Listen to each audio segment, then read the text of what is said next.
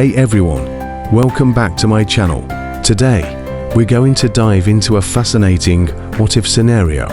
What if in the year 2000, Russia had been accepted into NATO?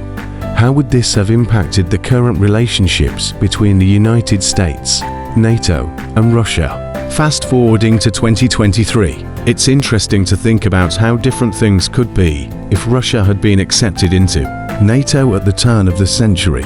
It's quite possible that there wouldn't be a war in Ukraine today. Why? Because Russia would have been a member of NATO, and they have an unwritten rule never to attack another member country.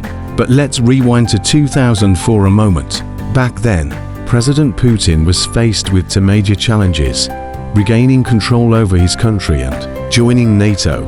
He even went so far as to sign a treaty saying he wouldn't invade other countries.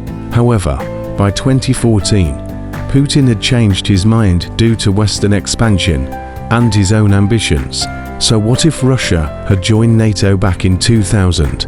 It's quite likely that there wouldn't be a war in Ukraine today.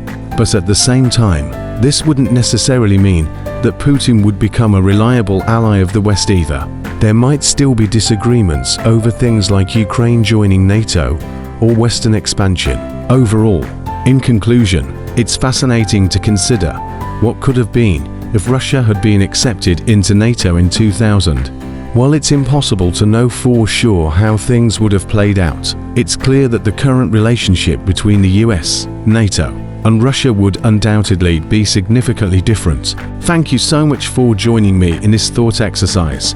Don't forget to like, subscribe, and follow for more engaging content like this one. And if you have any thoughts or opinions on this topic, feel free to share them in the comments below. Until next time, stay curious and keep exploring what ifs.